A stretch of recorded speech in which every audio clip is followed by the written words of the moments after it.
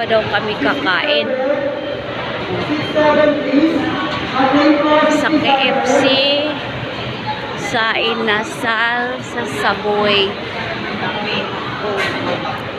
Daming tao sa Mang Inasal, kaya KFC na lang daw kami.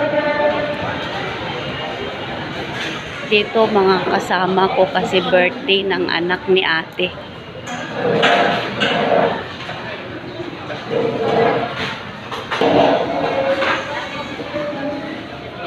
KFC order na. Mang Inasal na lang daw kami. Mang Inasal. Mang Inasal na lang tayo. May halo-halo dito. Puno man dito sa Mang Inasal. Puno eh, walang pwesto.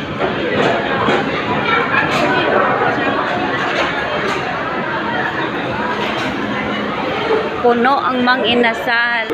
Walang bakante. Mag-antay na lang kami. Puno po guys. Ayan sila ate mag-aantay. Bye.